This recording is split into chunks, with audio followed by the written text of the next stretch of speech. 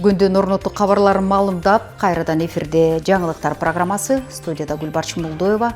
Саламатсыздарбы? Эки тараптуу кызматташтык. Президенттин Ысык-Көл облусундагы Кайрым укуктуу өкүлү Бактыбек Жетигенов Швейцария конфедерациясынын Кыргызстандагы элчиси Серока Месерли менен жолугушту. Кышкы туризм боюнча жардам берет. Инструкторлорду даярдап, буга чейин экологиялык милицияга жардам көрсөтүшкөн, үйрөтүп, Швейцарияга алып барып келишип, биздин артисттерди. Анан эми ал Херветас проекти быйыл бүтүп атат. Анан ошону биз да сурандык.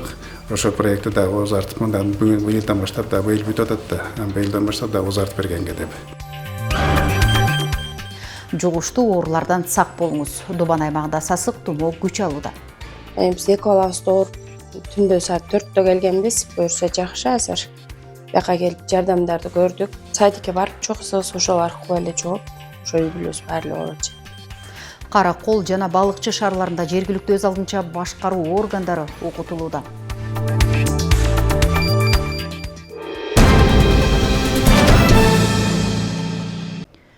Эгерде кийинки жылдын февраль айынын соңуна чейин улуттук телерадио берүү корпорациясында кызыктуу жана сапаттуу материалдар жасалган болсо, айлык маяна көтөрүлөт. Бул тууралуу өлкө башчысы Садыр Жапаров күн мурун УТРКга барганда айтты.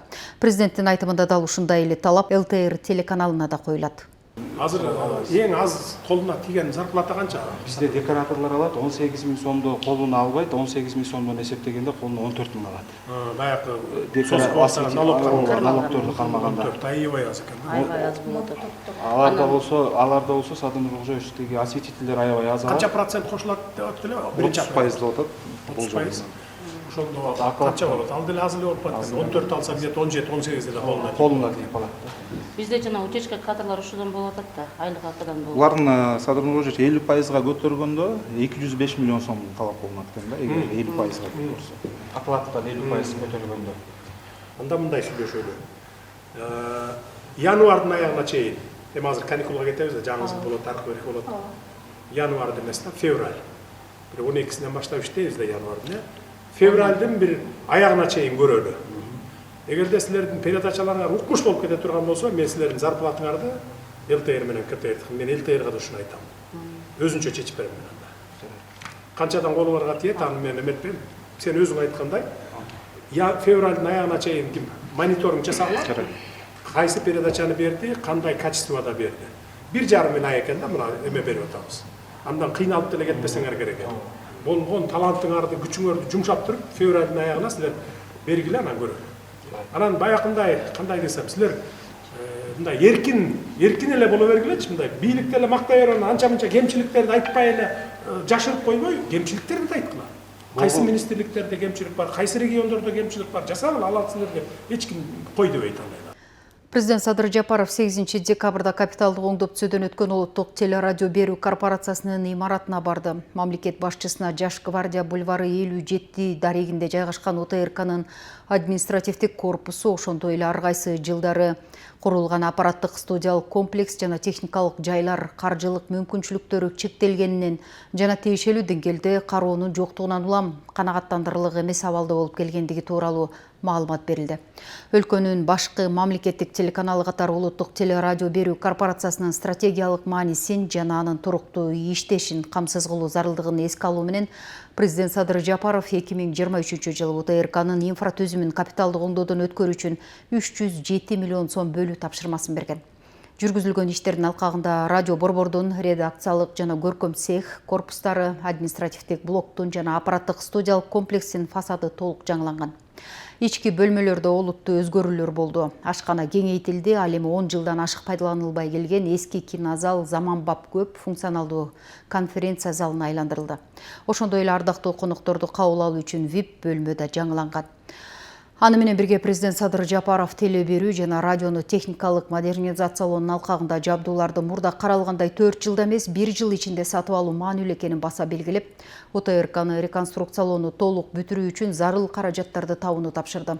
Ал каражаттарды узак мөөнөткө созуп өздөштүрүү, техниканын эскиришине алып келип, модернизациянын натыйжалуулугун төмөндөтөрүн белгиледи.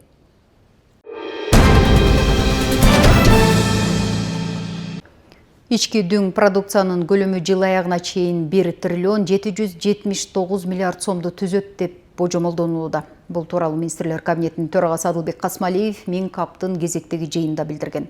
Адылбек Касмалиевдин айтымында үстүбүздөгү жылдын 10-айында ички дүң продукциянын өсүшү 10% түзгөн. Эл аралык валюта фондунун маалыматы боюнча 2024-жылы Кыргызстан ички дүң продукциясынын реалдуу өсүү темпи боюнча дүйнөнүн алдыңкы 3 өлкөнүн катарына кирди. Буга чейин 9% өсүү темпи менен алдыңкы 5 өлкөнүн катарына кирген.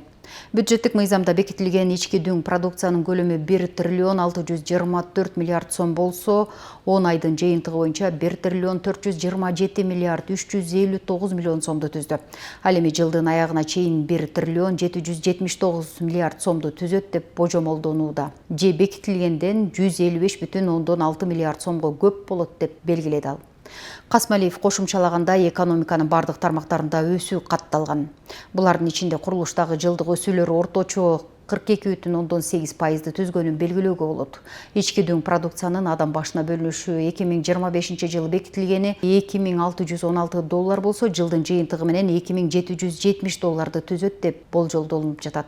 Улуттук банктын маалыматы боюнча 2025-жылдын октябрь айынын жыйынтыгы боюнча Кыргызстандын алтын валюта резервтери дээрлик $8 миллиард жетти. 2024-жылдын октябрына салыштырмалуу 3 миллиард 20,34 миллион долларга өстү деди ал.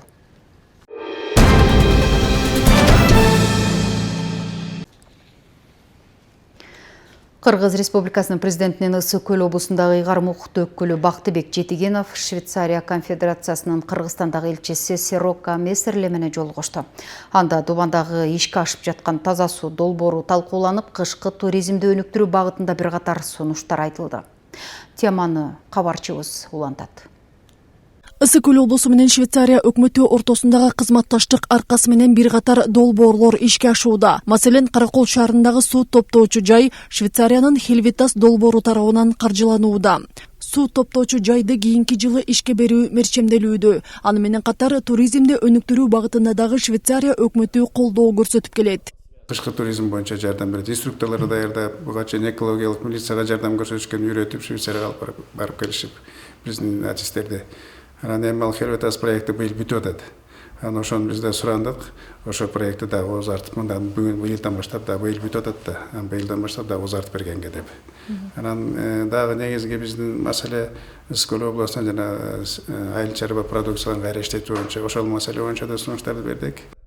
Жолугушуунун жүрүшүндө аймактагы айыл чарба продукцияларын кайра иштетүү боюнча сунуштар айтылды. Ал эми Сироко Месселли Швейцариянын өз ара кызыкчылык жараткан кызматташууну тереңдетүүгө кызыктарлыгын баса белгиледи.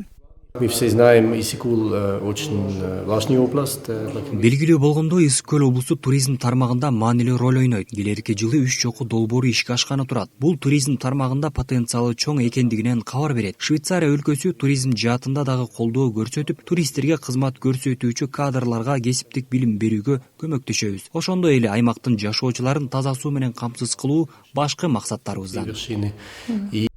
Жолугушуунун жыйынтыгында тараптар Кыргызстан менен Швейцариянын ортосундагы көп жактуу кызматташууну мындан ары өнүктүрүүгө жана чыңдоого даярдыктарын билдиришти. Айзат Анарбекова, Баатыр Абиев, Ысык Көл жаңылыктары. Тоң аймагында сасык тумоонун өсүшү байкалып, аймактык ооруканаларга кайрылгандар көбөйдү. Ооругандардын басымдуу бөлүгү 5 жашка чейинки балдар арасында катталууда. Алардын көпчүлүгү ооруну өтүштүрүп, оор абалда келишүүдө. Тоң райондук аймактык ооруканасындагы 18 орунга ылайыкталган жугуштуу оорулар бөлүмүндө азыр толук бейтаптар дарыланып жатат. Сасык тумоо азыр бардык аймактарда күч алып, стационардык ооруканаларга бейтаптар толду. Тоң райондук жалпы даарыгердик практика борборунун жугуштуу оорулар бөлүмүндө көбүн эсе 5 жашка чейинки балдар дарыланышууда. Алардын көпчүлүгү ооруну өтүштүрүп, өпкөсүнө түшүрүп, оор акыбалда келишүүдө. Биз эки балабызды ооруп түндө саат 4-тө келгенбиз. Буюрса жакшы азыр. Бияка келип жардамдарды көрдүк. Садикке барып чоксубуз, ошол аркылуу эле жооп, ошо үй бүлөбүз баары эле ооруп жатат. Жакшы буюрса тез биринчи жардамды алдык. Азыр акыбалдары жакшы болуп калды. Ошол бул ооруга келгенде көбүнчө балдар өтө оор түрүндө келип атышат. Осложнениясы кабылдап кеткен пневмония менен көбүнчө обструктивный синдром менен пневмония менен келип атышат. Тамак ооруган, мурдунан суу куюлган, эти сыган, Даже судороги менен балдар келип дарыланып жардам алып жакшы айыгып чыгарып атабыз. Чоңдордун арасында да өнөкөт оорулары барлардын көпчүлүгү сасык тумоо менен жабыркашууда. Аларга да биринчи жардамдар көрсөтүлүп, ооруканаларда дарыланышып жаткандары бар. Температура жетирип бүгүн жакшы болуп калыптырмын, сергип калыптырмын. Дарыланып атабыз. Былтырда ооругум ошо былтыркы пневмония майра козголуптур дейт. Үйдө жатып анан чыдабай келген. Азыр жакшы. Оорунун күч алышы байкалгандан бери ооруканага кайрылгандардын саны да арбыды. Тоң райондук аймактык ооруканасындагы 18 орунга ылайыкталган жугуштуу оорулар бөлүмүндө азыр ашыгы менен бейтаптар жатып дарыланышууда. Азыркы учурда састоо оорулары өтө күч алууда. Өзгөчө жаш балдардын арасында жана чоңдордун арасында болуп атат. Биздин бөлүм 18 ооруга ылайыкташтырылган койка. Бирок азыркы убакта 21, 22, 23 кишиге чейин чыгып кетип атат. Көбүн эсе кичинекей балдар 5 жашка чейин. Анан чоңдордо бар. Дары-дармектер болсо жетиштүү. Керектүү дарылардын баары бар, жетиштүү. Капельницаларыбыз жетиштүү. Азыркы 5 медсестра, 5 санитарка иштешет. Младший персоналдардын жетиштүү. Азыр бардык кызматкерлер өз ордунда өзлөрүнүн кызматтык милдеттерин аткарып жатышат. Азыр облуста сасык тумоонун күч алгандыгына байланыштуу 10дон ашык балдар бакчалары карантинге жабылды. Облустагы 189 мектептин ичинен 29-унда медицина кызматкерлери иш алып барып жатат. Жазгүл Сатаева, Данияр Акунов, Асылбек Касенов, Ысыкөл маалымат кызматы үчүн Тоң районунан. Коррупцияга каршы күрөшүү жана анын алдын алуу иштери облустук прокуратура органдары тарабынан жүргүзүлүүдө. Айтсак, 2025 жылдын 11 айына карата мамлекеттин пайдасына өндүрүлгөн зыяндан жалпы суммасы 2 миллиард 34 миллион 9763 сомду түзүп, анын ичинен акчалай түрдө 77 миллион 67 миң 770 сом өндүрүлгөн. Ысыкөл облустук прокуратурасы тарабынан комплекстүү иш-чараларды уюштуруу демилгеленип, ушул жылдын 8 декабрынан тарта 12 декабрына чейин бардык мамлекеттик органдардын катышуусунда коррупцияга каршы күрөшүү боюнча иш-чаралар өткөрүлөт.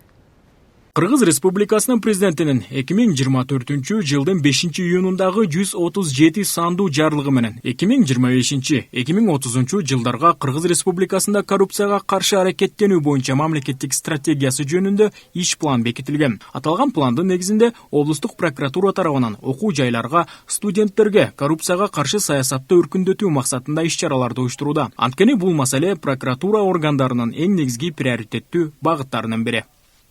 Кылмыштын ачып бербейт, алар жаап жашырат. Элементардуу түрдө мисалы бухгалтерлерди алып караганда, мен образын айтып атам да, бухгалтерлер мен ушу кылмышты кылып койдум эле деп ачып бербейт.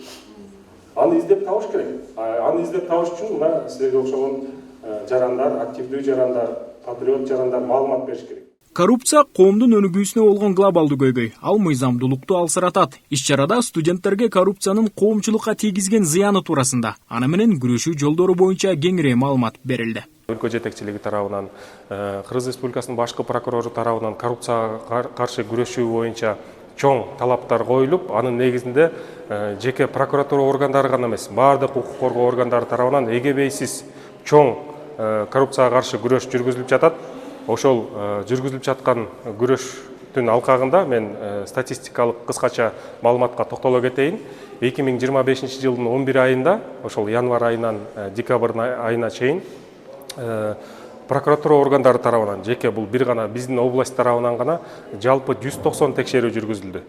Жүргүзүлгөн текшерүүлөрдүн жыйынтыгында 460га жакын мыйзам бузуулар аныкталып, анын негизинде 160 прокурордук чара көрүү актылары келтирилип, 200га жакын кызмат адамдары ар кандай жоопкерчиликке тартылышты да. Анан ушул көрүлгөн чаралардын жыйынтыгында мамлекетке келтирилген 2 миллиарддан ашык сом зыян мамлекетке бүгүнкү күндө кайтарылды. Мындай дегеле буга чейин мынчалык чоң көрсөткүч болгон эмес экенин тагдана айтсак болот. Бул күрөшүү ошол жалпы прокуратура органдарынын Ысык Көл областындагы жигердүү аракеттеринен улам ушундай натыйжаларга жетиштик да. 9 декабрь коррупцияга каршы күрөшүүнүн дүйнөлүк күнүнө карата Ысык Көл областык прокуратурасы тарабынан комплекстүү иш-чараларды өткөрүү демилгеленип, 2025 жылдын 8 декабрынан 12 декабрына чейин бардык мамлекеттик органдардын катышуусунда коррупцияга каршы күрөшүү боюнча системдүү иш-чаралар өткөрүлөт.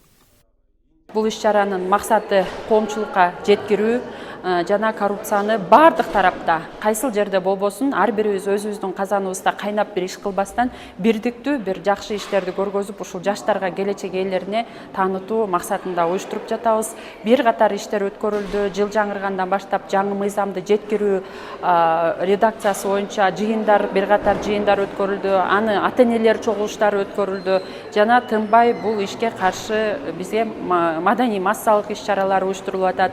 Арт көргөзмөлөр уюштурулуп атат, конкурстарга катышып жатабыз. Жыйынтыктап жалпылап айтканда Касым Тынстанов атындагы Ысык Көл мамлекеттик университети коррупцияга каршы бир катар чоң иштерди жүргүзүүдө. Коррупция мамлекеттин экономикалык жана социалдык өнүгүүсүнө чоң таасирин тийгизүү аркасында улуттун келечегине, анын коопсуздугуна залал келтирүүчү терс көрүнүш. Ошондуктан коррупцияга каршы күрөшүү менен бирге биз ар кандай ыплас ойлордон жана иштерден алыс болуп, тазалыкты туу туткан креативдүү коомду түзүүгө салым кошууга түздөн-түз милдеттүүбүз. Талгат Токтомушев, Батыр Абиев, Атайын Ысык Көл жаңылыктары үчүн Каракол шаарынан. Ысык Көл облусунда экологиялык коопсуздукту камсыздоо жана көлдө мыйзамсыз балык улоодон коргоо максатында Ысык Көл облустук ички иштер башкармалыгынын туристтик экологиялык милициясы тарабынан ыкчам алдын алуу иш-чаралары жүргүзүлдү. Облустук милициядан билдиришкендей, бул ирет Орто Өрүктүү жана Жаркынбай айыл аймактарынын акваториясында 10 күн бою жүргүзүлгөн рейдтик иш-чаралардын жүрүшүндө 52 дана эски синтетикалык тор табылып, жок кылынды. Көл жээктеринен таштандылар тазаланып, 4 кап таштанды жана кооптуу калдыктар да чыгарылган. Бул иш-чаралар көлдүн тазалыгын сактоого жана балык ресурстарын коргоого багытталган.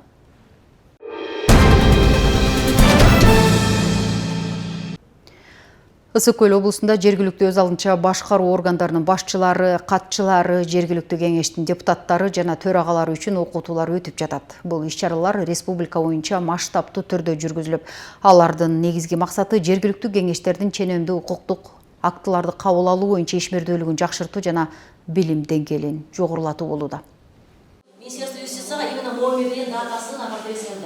Балыкчы шаарында өткөн региондук окутууга аймактагы жергиликтүү кеңештердин депутаттары, төрагалары, айыл аймак башчылары жана катчылары катышты. Иш-чаранын негизги максаты жергиликтүү кеңештердин укуктук актыларды кабыл алуу боюнча билим деңгээлин жогорулатуу болду. Практика көрсөткөндөй, көптөгөн кеңештер токтомдорду жана тескемелерди даярдоодо юридикалык жана уюштуруучулук каталарга жол берип келишет. Бул муктаждыкты эске алып, адистер катышуучуларга ченем түзүү тажрыйбасын жана ыйгарым укуктардын так бөлүштүрүлүшүн түшүндүрүп беришти. Анан кийин кээ документтер ошо киргизгеге чейин уже общественное обсуждение, публикация болбой эле күчүндө да кирбей калган документтер бар экен. Азыр базаны санасак 58% ошо жергиликтүү кеңештердин токтомдору деп саналат экен. Ошонун арасынан көп документтер ошо техникага дал келбей, өзүнүн до конца күчүндө кирбей калып атат да. Мындан тышкары аткаруу бийлиги менен жергиликтүү кеңештин ортосундагы ыйгарым укуктардын бөлүштүрүлүшүндө да түшүнбөстүктөр бар. Бул маселелерди чечүү үчүн тренер-эксперттер атайын модулдар аркылуу окутуп, практикалык мисалдар менен түшүндүрмө берүүнү жүргүзүштү. Биздин аймак үчүн, биздин райондор үчүн өтө жакшы иш-чара жүрүп жатат. Себеби дегенде кеңеште буга чейин ар кандай катачылык менен токтомдор жазылып келген. Анткени бул ички кеңештин дагы ички документтери болуш керек. Токтом жана ошондой эле тескеме болсо ички документтерге тиешелүү болот. А токтом болсо сөзсүз деген ал деген Юстиция министрлигинин сайтынан жарыяланыш керек. Ошол жол жобосу кандай жарыяланыш керек, эмне болуш керек. Коомдук окуудан өтүү боюнча ошонун баары тең окутулуп жатат азыркы маалда. Бул окутууну мамлекеттик кызмат жана жергиликтүү өз алынча башкаруу агенттиги тарабынан ошондой эле Юстиция министрлиги менен ошондой эле өнүктүрүү саясат институту менен биргелешип уюштурулуп жатат бүгүнкү иш-чара. Мындай окутуу семинарлары буга чейин Жалал Абад жана Ош облустарында өткөн. Учурда Ысык Көл менен Нарын аймактарында жүргүзүлүп, алдыда Чүй облусунда улантылат. Гүлбаршын Болдоева, Сталбек Саманчиев, Ысык Көл жаңылыктары, балыкчы шаары. Мына ушундай эле семинар Каракол шаарында дагы уюштурулду. Иш-чара юстиция министринин орун басары Сыдыков Орозбектин катышуусунда өтүп, семинарга облус аймагынан жалпы 48 өкүлдөр катышты. Негизгиси жергиликтүү бийлик өкүлдөрүн айылдык жана шаардык кеңештин депутаттарына токтом кабыл алуу жана башка иш кагаздарын туура жана так алып барууга үйрөтүү болууда. Облус аймагында өтүп жаткан окуу процесси бүгүнкү кезекте Каракол шаарында жергиликтүү бийлик өкүлдөрүн жана шаардык айылдык кеңештин депутаттарын бир столго чогултту. Мында жергиликтүү өз алдынча башкаруу органдарынын ишин натыйжалуу уюштуруу жана алардын иш кагаздарын алып барууда туура багыт көргөзүү максатын көздөйт. Ал эми облуста 24 жергиликтүү өз алдынча башкаруу органдарынын 625 депутаты бар. Бүгүн биз конкреттүүлөрдү коюп атабыз. Кээ бир учурларда ушул айыл өкмөт менен айылдык кеңештердин функциялары аралашып кеткен, же кээ бир учурларда кайталанган функциялар болуп атат. Ошолордун мындай так дана ажырымдарын берип, ошого мындай окутуу жүрүп атат. Бул окутуу масштабдуу республика боюнча жүрөт. Мунун менен кийин дагы такай кайтарым байланыш болуп турат. Бүгүн мына Ысык-Көл областына да келип атабыз. Бул жерде тийиштүү төрагаларын жана айыл өкмөттөрүнүн жооптуу катчыларын окутуу жүрүп атат. Асел Ташпаева Кызыл Суу айыл өкмөтүнө караштуу жергиликтүү кеңештин жооптуу катчысы кызматында иш алып барганына 5 жылдын жүзү болду. Ал бул окууга атайын келгенин айтып, буга чейин айрым иш кагаздарын алып барууда оорчулук жаралып келгенине токтолду. Семинар өтө керектүү. Биздин келечектеги дагы мындан аркы ишибизди өтө жогорку деңгээлде алып барыш үчүн жакшы бир көп нерселерге үйрөнүп атам. Мен мисалы токтомдордун алып барышы тартибин буга чейин көбүрөөк кыйналып жүргөнбүз. Азыркы учурда мен өзүмө көп сабак алып жатам. Юстиция министрлигинин маалыматына ылайык, Ысык-Көл облусунун жергиликтүү кеңештери 2025 жылдын 9 айында мамлекеттик реестрге 940 токтом киргизген. Облус ченем жаратуу боюнча туруктуу активдүүлүк көрсөтөт, бирок туура эмес юридикалык техникалык ыйгарым укуктардын так эмес бөлүнүшү жана документтерди мамлекеттик реестрге убагында жөнөтүүдөгү кечигүүлөр сыяктуу көйгөйлөр дагы деле орун алат. Эми бул иш-чаранын негизги максаты жерлерде бул республика боюнча окутуу жүрүп атат. Жерлерде кабыл алынган чечимдердин сапатын жогорулатуу. Эң негизги максаты окутууга тажрыйбалуу адистер, юстиция министрлигинин ошондой эле жергиликтүү боюнча башкаруулар союзунун тажрыйбалуу адистер окутууну жүргүзүп атат. Кыргыз Республикасынын юстиция министрлигинин демилгеси менен министрлер кабинетине караштуу мамлекеттик кызмат жана жергиликтүү өз алдынча башкаруу иштери боюнча мамлекеттик агенттиги менен биргеликте ишке ашырылган бул окуу семинары өлкө аймагында 23 декабрга чейин улантылмакчы. Медербек Кеңешев, Айбек Турдакунов, Ысык-Көл жаңылыктары, Каракол шаары.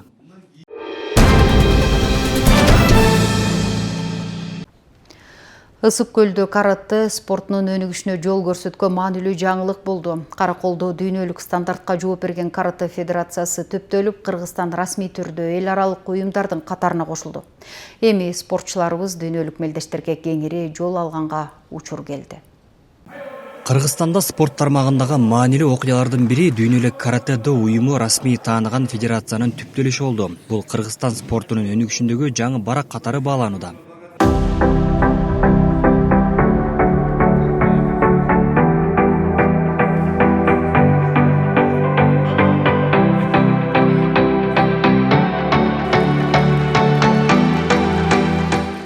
Федерациянын түзүлүшүнө Япониядан келген белгилүү устат Шина Катсуоши чоң салым кошту. Ал Кыргызстанга жасаган 2 сапарынын жүрүшүндө жергиликтүү спортсмендерге методикалык багыт берип, машыгууларды өткөрүп, ошондой эле дүйнөлүк каратэ-до федерациясы тааныган атайын сертификатты тапшырган.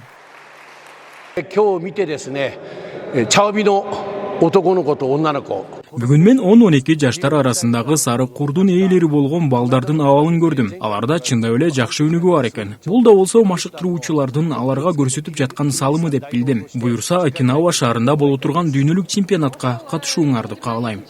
Ушул сертификаттын негизинде Кыргызстан расмий түрдө дүйнөлүк уюмга кирген 130 мамлекеттин катарына кошулду. Бул чечим өлкөдөгү бардык каратэ менен машыккан спортчулар үчүн чоң мүмкүнчүлүктөрдү ачат. Эми кыргызстандык спортчулар эл аралык деңгээлдеги машыктыруучулардан билим алууга, дүйнөлүк мелдештерге расмий негизде катышууга жана да 2027 жылы Японияда өтө турган дүйнөлүк чемпионатта Кыргызстандын атынан чыгууга мүмкүнчүлүк алышат. Японский организация, Японская ассоциация каратэ деген Гичин Фунакоши түзгөн основатель карате ошо киши түзгөн организация. Бул жалгыз организация японский правительство менен поддержка кылынган, анан Министерство образованиясына караган жалгыз организация ошо JK ВФ деген организация. Ошо JK ВФке биздин Кыргызстан кирди ошо катарга. Биринчи жолу тарыхта иштеп баштадык. Ушул визити бул официальный болду. Малдар кара курга экзамендерди бере башташат, японский курларды алышат. Адистердин айтымында бул кадам жаш спортчулар үчүн спорттогу перспективаларды кеңейтип, каратедо багытын өлкөдө жаңы деңгээлге чыгарат. Жаңы түзүлгөн федерация алдыда бирдиктүү стандарттарды киргизип, спортчуларды системалуу даярдоо иштерин улантууну пландаштырууда. Медербек Кеңешев, Айбек Турдакунов, Сүкөл жаңылыктары, Каракол шаарынан. Өлкө ичинде жана облустун аймагында болуп өткөн жаңылыктар топтомуна назар салдыңыздар. Ушул жана башка кабарлар түрмөгү менен УТРК Ысык-Көлдүн социалдык баракчаларынан жана YouTube каналдарынан көрсөңүздөр болот. Саламатта болуңуздар.